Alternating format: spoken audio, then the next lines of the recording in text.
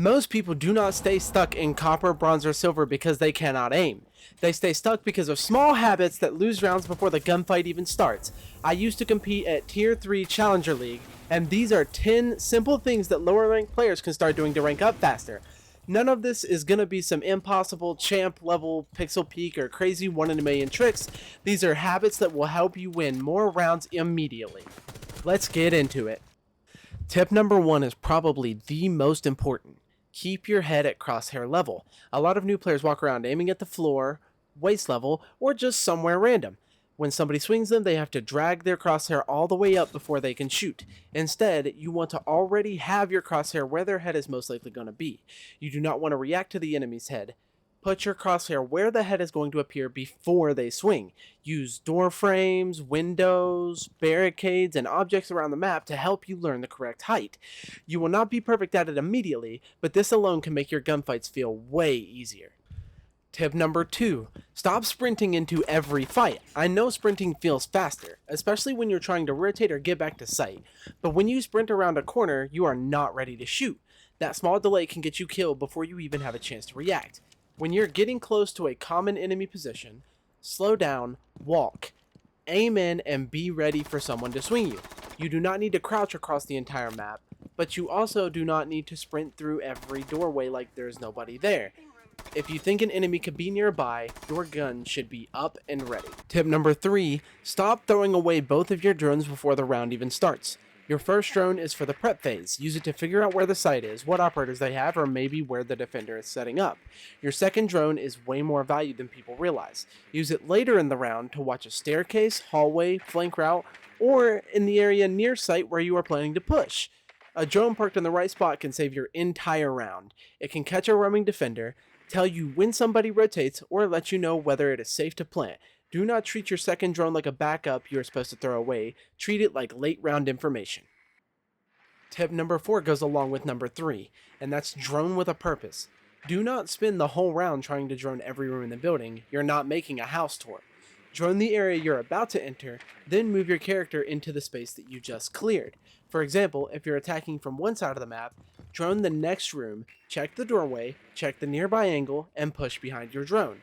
A lot of players drone for 30 seconds, get distracted, then walk into a room they droned 20 seconds ago and die anyway. Information gets old fast in Siege. Drone what you're about to use. Moving into tip number 5, do not try to learn every map at the same time. You don't need to know every callout, every lineup, and every possible angle to rank up in Siege. Start by learning just a few maps really well. Learn the bomb sites, the main staircases, common breach walls, the default plant spots, common rotate spots, and a few common defender positions. That is enough to make a huge difference. When you know where you're going and what you're trying to do, you play more confidently. You stop wandering around, wasting time, and getting caught off guard. Use map training or custom games. Spend 10 minutes walking through a map before you queue ranked. It helps a lot more than people think. Tip number 6. Stop switching operators every round just because you saw somebody else use one. Pick a small pool of operators and actually learn what your job is with them. On attack, have a couple operators for breach, a couple for information, and maybe 1 or 2 that help you deal with utility or play vertically. On defense, have an anchor operator, a roamer or flank watch operator, and somebody who can deny pushes or slow pushes down. The point is not only to play one operator forever, the point is to understand your role. When you know your operator's job, you are useful even if you're not top fragging. A player who gets 1 kill but opens the important wall, watches the flank, or denies drones can be more valuable than someone who gets 3 random kills and does absolutely nothing for the round. Tip number 7.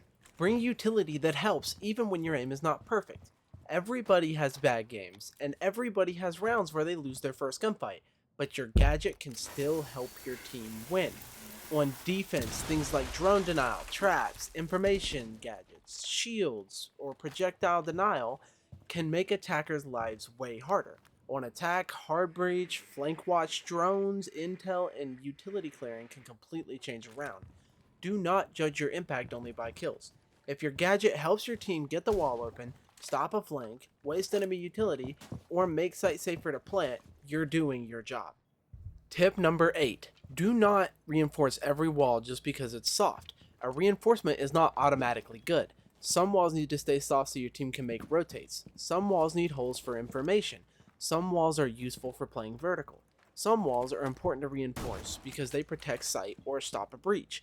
Before you reinforce something, ask yourself, does my team need this wall open for movement, sightlines, or utility? One bad reinforcement can make defending a site way harder than it needs to be. You do not have to learn every advanced setup right away, just start paying attention to what your teammates are doing before you throw a reinforcement down. Tip number 9. After you get a kill, expect the trade. This is something lower ranked players do constantly. They kill one person, stay in the exact same spot, hold the exact same angle, then immediately get traded by the next person. After you get a kill, reposition if you can. Fall back, change angles, change elevation, rotate to another spot, or at least do not stand in the same exact place waiting for the enemy's teammate to swing you. The enemy's team heard the gunfight, they probably know where you are, do not make their job easy. Last but not least, when there are 30 seconds left, stop playing Siege like it's a team deathmatch.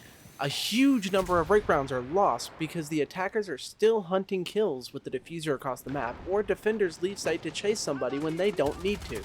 When the clock gets low, ask yourself 3 things. Who has the diffuser? Where are we planting? Who is watching flank? If you're attacking, start making a plan before the timer becomes a problem. If you're defending, force attackers to waste time. You don't always need to swing them. Sometimes staying alive, holding sight, and making them rush is the best play. Kills help, but the objective wins rounds.